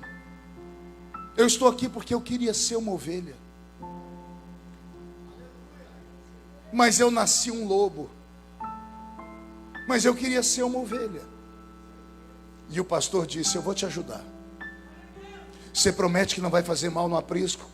Prometo. Olha o tamanho do meu cajado. Então entra no meio do aprisco. O pastor apresentou o lobo para as ovelhinhas e disse: ele é um lobo, mas ele quer ser uma ovelha. Então vamos ensinar ele a ser uma ovelha. Ele ia andar com as ovelhas, não dava conta. As ovelhinhas davam um passo pequenininho, ele dava aquele espação, atropelava todo mundo. E o pastor levantava o cajado e disse: calma, eu vou aprender a andar igual as ovelhas. Não é que ele aprendeu a andar igual as ovelhas, porque a prática leva à perfeição. Na hora de comer que era o problema. Pergunte por quê. Ovelha come capim, lobo come carne. E o gosto da carne para o capim é um pouquinho diferente, né? Imagine para você que o capim para aquele lobo tinha o gosto da pior comida que você tem, gosta, que você odeia. Eu tenho ranço de jiló. Quem já comeu jiló aqui? Para mim, você pode gostar, mas para mim o jiló é a comida que o anticristo vai servir na grande tribulação. Os desviados vão ter que comer jiló sem parar. Então imagine que toda vez que o lobo ia comer capim, o capim tinha gosto de jiló, porque o lobo queria comer. Aí o pastor disse: agora que você é uma ovelha, você tem que comer como ovelha. E o lobo metia o focinho no capim, todas as ovelhinhas comendo, e as ovelhinhas comiam com gosto, e o lobo comia sentindo asco. Passou o primeiro dia de comida e o lobo falou: venci. No dia seguinte, na hora de comer, o que tinha para comer? E o capim tinha gosto do quê? Isso no café da manhã. Na hora do almoço, o que tinha para comer? Não, jiló. Na janta? Isso foi na segunda. Aí tem a terça. O que ele comeu na terça o dia inteiro? Na quarta, quinta, sexta, sábado. Passou um mês, 6 meses, 1 ano. Já está me dando ânsia de vômito. Mas ele acostumou a comer o tal do jiló. O lobo era tão ferrado na vida que a ovelha tem 2 estômagos. Sabiam disso? A ovelha come, daqui a pouco, quando ela está com fome, ela rumina, e a comida volta na boca, ela mastiga de novo e engole de novo. O pobre do lobo só tem um estômago. Além de comer a praga do jiló, não volta na boca quando ele está com fome. Mas ele acostumou. Ele aprendeu a andar igual as ovelhas, aprendeu a comer como as ovelhas. As ovelhas iam fazer o barulhinho delas. O lobo ia fazer, sair. E o pastor dizia: aprenda a falar como ovelha. E eles iam, ele treinou, até que um dia o lobo parou de uivar. Alguém olhou e disse: já é uma ovelha. Sabe andar igual ovelha, sabe comer como ovelha e sabe falar como ovelha. O pastor disse: agora que você já é uma ovelha, eu vou batizar você. Está entendendo? E ele passou pelo batismo. E alguém disse para ele: o batismo transforma. E quando ele saiu das águas do batismo, ele olhou para a pata, ele disse: agora eu vou abrir o olho, tem pata de ovelha. E quando ele olhou, ainda era pata de lobo. E ele olhou para o corpo dele, ele ainda era um lobo. Ele chegou no pastor e falou: pastor, o que eu faço? Não mudei. O pastor disse: vou fazer uma capa de ovelha para você. E fez uma capa bonita, e colocou uma capa de ovelha em cima dele, e ele se destacou, porque era a ovelha maior que tinha no aprisco.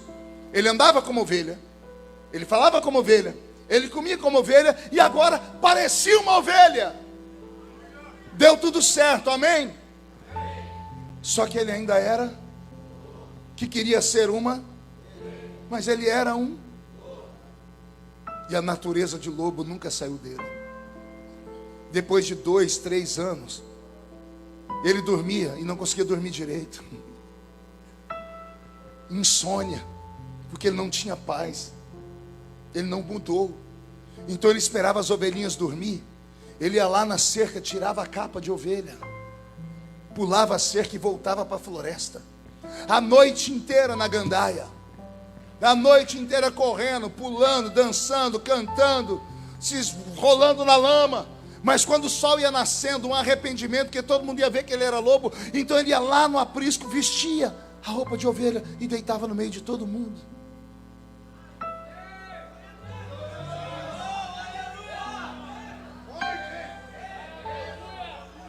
E todo mundo dizia: ele é uma ovelha. Só que como não teve repreensão, ninguém soube. No dia seguinte ele fez de novo, e na semana seguinte de novo.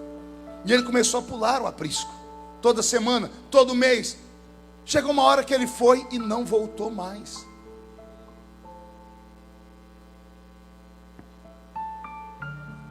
Depois de 6 meses, 1 ano, esse lobo parou na porta do aprisco e olhou, e sentiu saudades da voz do pastor, sentiu saudade das ovelhinhas com quem ele tinha feito amizade. E o lobo chorou, dizendo: Deus, eu queria ser uma ovelha,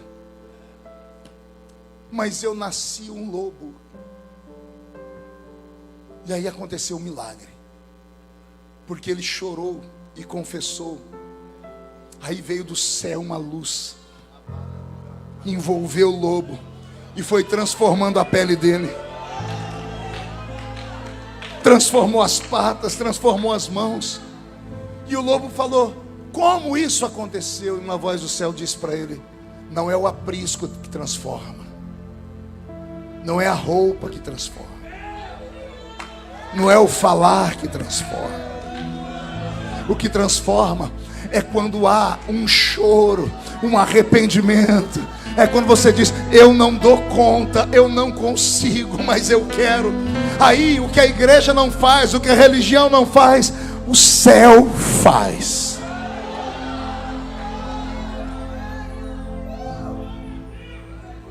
Esse lobo era eu, Marco Feliciano. Saí das drogas, vi uma igreja tão bonita, e eu vi o jeito da igreja, disse: eu quero ser dessa igreja, que todo mundo respeita. E eu passei anos na igreja, aprendi a falar como crente, vestir como crente, aprendi a pregar e cantar como crente, aprendi a ler a Bíblia como crente, saía para pregar em congressos, mas de noite me dava uma angústia. Eu me desviei da igreja, saí para pregar numa cidade chamada Mogi Mirim. Fui de trem, saí da minha cidade, interior de São Paulo, fui até Mogi Mirim, 6 horas de trem. Preguei num congresso de jovens, eu era solteiro. Jesus batizou dezenas de jovens com o Espírito Santo. Na volta, dentro do trem, eu me afastei. 6 horas pensando: eu estou perdendo meu tempo, eu sou jovem, eu poderia estar fazendo outras coisas da vida, o que eu estou fazendo na igreja? Aí alguém diz: você se desviou, pastor? Não, eu nunca tinha me convertido.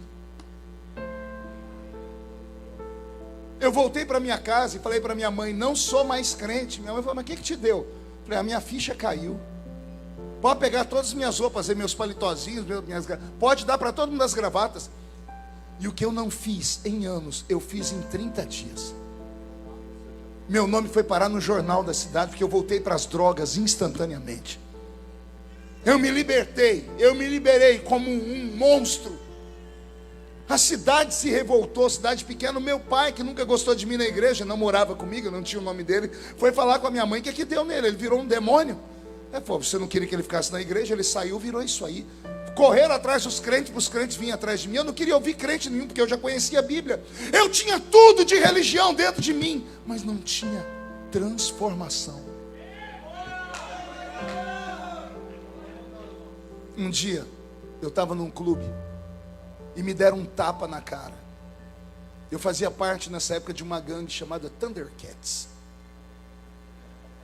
Que prova! E eu jurei o rapaz de morte. E eu falei para uns amigos, nós fomos na casa de um amigo meu, pegamos o revólver do pai dele. Não podia entrar dentro do clube com a arma, nós deixamos no meio fio tinha um gramado no meio fio, umas flores, nós colocamos ali. Eu disse: no fim dessa noite, eu mato esse rapaz. Era umas 3:30 da manhã, eu estava pulando, aloprado, drogado, as luzes piscando. De repente eu olhei na minha frente e apareceu um homem de terno. Eu falei: estou tendo uma visão. E não era visão, era um homem de terno mesmo. O homem catou e falou assim: Deus me mandou vir aqui. E eu falei: para quê? Ele disse: porque ele ainda tem um plano na sua vida. Eu olhei, era um rapaz da minha igreja, o Ronaldo. Eu falei: o que você está fazendo aqui, Ronaldo? Ele disse: eu estava dormindo. Aliás, ia tentar dormir. Dobrei o joelho e uma voz gritou: cadê o Marco, Ronaldo? Eu disse: eu levantei minha cabeça, olhei para a Adriana, minha esposa, disse: você escutou? Ela disse: não, eu estou com muito sono. Eu fechei os olhos e o Senhor disse: cadê o Marco, Ronaldo? Eu não dormi até agora. Eu falei: Deus está me mandando. Ela disse: então procura ele, a cidade é pequena. Juntou um grupo de irmãos e saíram de clube em clube da cidade. Quando ele chegou no clube onde eu estava, ele entrou de terno. Ele falou: amanhã vão falar que eu estava desviado. Vira o Ronaldo no clube. Mas eu vim aqui porque Deus mandou. Ele deu um tapa no meu rosto, falou: acorda. E eu fiquei com medo dele. Ele me arrancou dali, me levou para a casa dele, me deitou no sofá da casa dele. Juntou um monte de gente. Eu estava embriagado. E eles começaram a chorar. Eu escutava eles falando de longe: por que nós perdemos esse menino? E oraram por mim naquela noite. Eu estava drogado e comecei a chorar. E eu comecei a dizer: eu quero, mas eu não consigo. Eu gosto da igreja, mas eu não dou conta. Eu sei que o céu é de verdade, mas eu parece que não nasci para ir para o céu. E comecei a chorar. Quando eu comecei a chorar, o Espírito Santo envolveu a sala. O efeito das drogas passaram. E o Espírito Santo veio sobre mim. E eu sentei falando em línguas. Quando eu falei em línguas, a sala inteira foi tomada. No dia seguinte, falaram: pronto, Jesus quer você de volta. Eu entrei na igreja e a igreja não era mais igual. Eu entendia tudo. Eu comecei a sentir coisas que eu nunca sentia na vida. Eu falei: o que aconteceu comigo? O Espírito Santo falou: agora você se converteu. E foi ali que Deus me deu o dom de pregar. Incline a sua cabeça. Ei, Nicodemos. Ei, lobo. Chega de viver uma vida de aparência. Chega de ser uma coisa que você não é. Está na hora de você conhecer Jesus de verdade. Eu queria orar com você nessa noite. Com você que tem coragem de falar: pastor, sou eu. Eu tento, mas não dou conta. Eu quero, mas eu não estou conseguindo, me ajuda. Se você falar que quer, sai do seu lugar e vem aqui perto de mim. Deixa eu orar por você. Isso, vem chorando mesmo.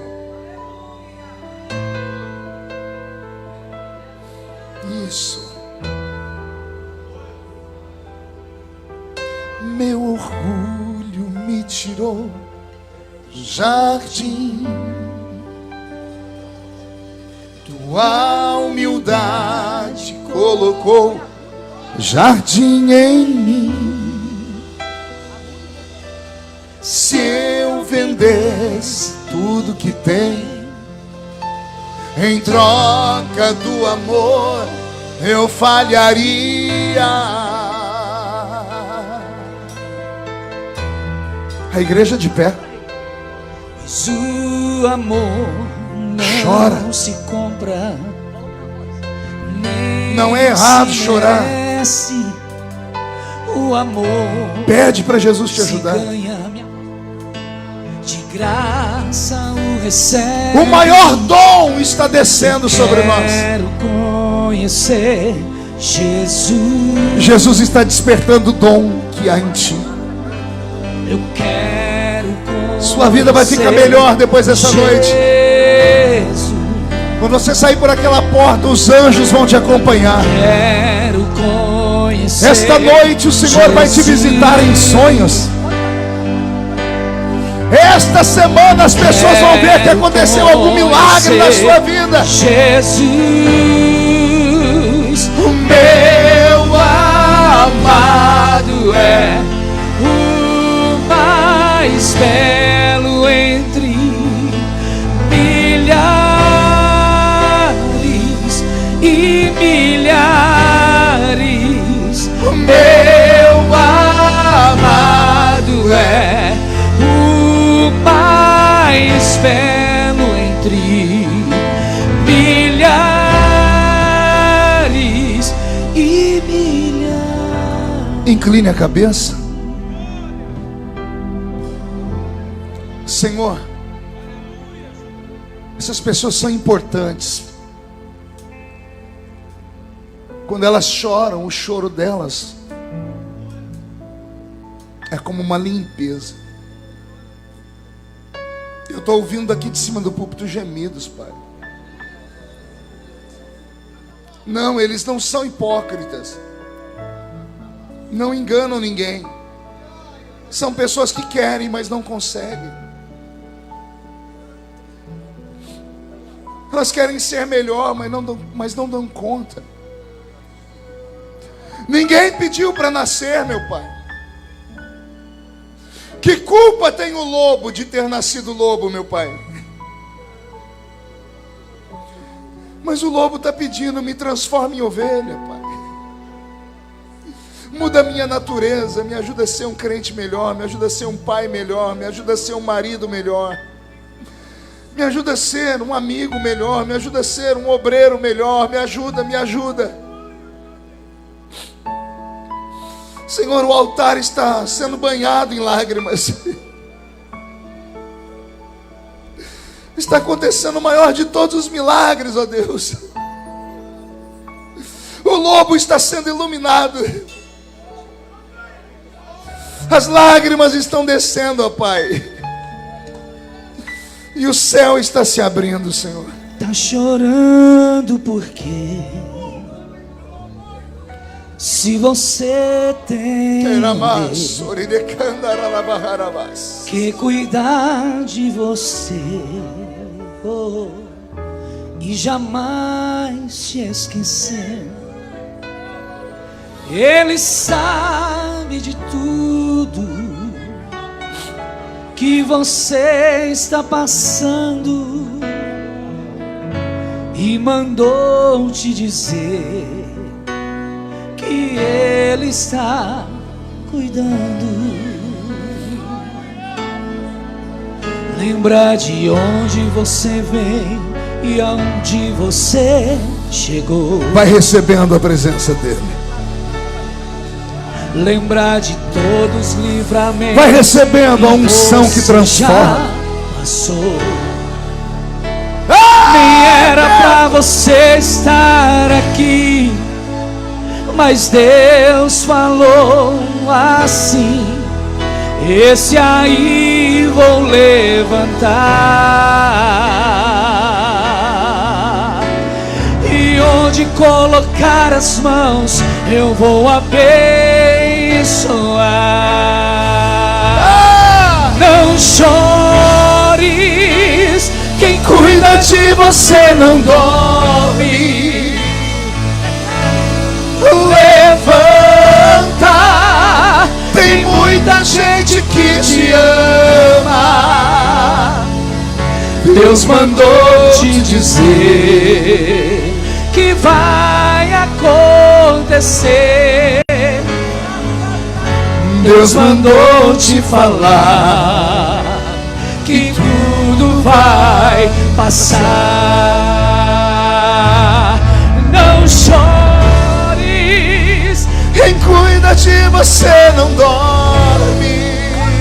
Recebe. Levanta, tem muita gente que te ama. Deus mandou te dizer que vai acontecer. Deus mandou te falar que tudo vai passar. Como profeta desta noite, eu profetizo que está acontecendo uma transformação aqui, uma metamorfose. Está acontecendo algo que só a eternidade vai poder contar. A senhora vai levar para casa um novo filho, irmã. Sua filha vai voltar para casa transformado. Seu marido será outro. A sua mulher está sendo modificada. Este obreiro está sendo sacudido. E a glória do Senhor está caindo em forma de lágrimas e arrependimento. E quem viver, verá, para ver o que vai acontecer nesta igreja depois dessa noite. Senhor, se é verdade o que eu estou falando, onde houver um crente batizado com o Espírito Santo, toma ele nas suas mãos agora. Enche esta casa da sua glória. Agora, agora. Só tu és santo.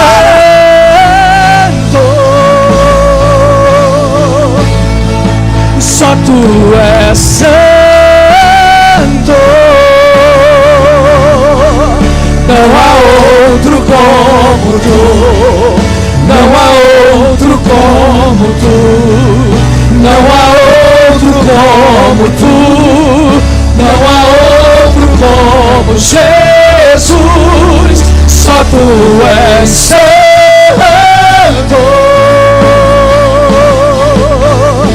e só tu és santo, e não há outro como tu, não há outro como tu, não há outro como tu, não há outro como Jesus. De cabeça baixa e olhos fechados, levante a mão direita aberta para o céu. Nessa mesma música, Roberto, não mude não.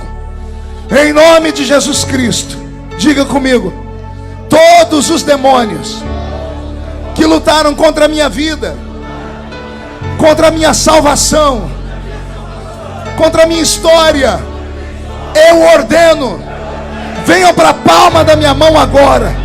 Feche a sua mão. Eu vou contar até 3. Você vai jogar no chão esses demônios que oprimiam a sua mente, que faziam você ser um crente de forma aqui uma coisa e lá fora outra. Quando você jogar no chão, você vai pisar em cima, e aí você vai encontrar 2 ou 3 pessoas, vai abraçá-las e vai dizer: Deus que é santo está mudando a sua vida nesta noite. O vento sopra onde quer. 1, você nunca mais será o mesmo. 1,5, sua família sentirá orgulho de você de novo. 2, quem viver verá para ver o que Deus fará na sua história. 2,5, esta igreja será conhecida como terra fértil do avivamento. 3, jogue no chão, pise no chão, pise em cima. Só tu és santo. Abrace, profetize, profetize. Não há abrace, outro abrace, como profetize, tu. profetize. Não há outro como Canta, Roberto. tu. Não há outro como tu. Não há outro como Jesus. Só tu és santo. Cante ele, e só tu és santo. Não há outro como tu, não há outro como tu, e não há outro como tu, não há outro como Jesus.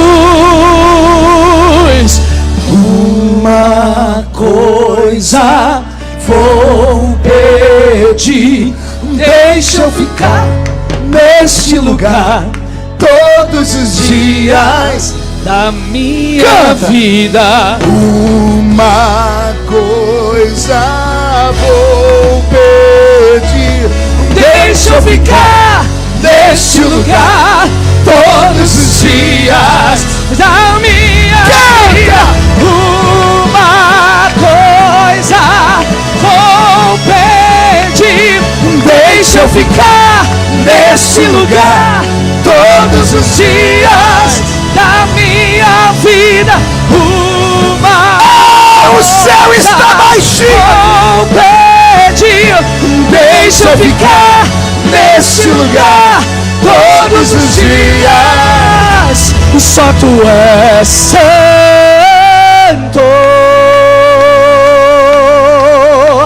Só tu és santo.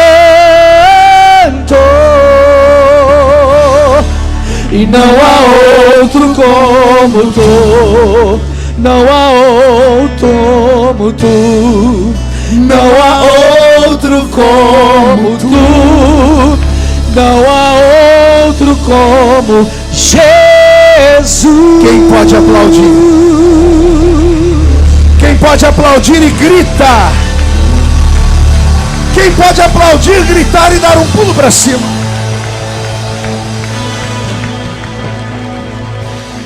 Amém.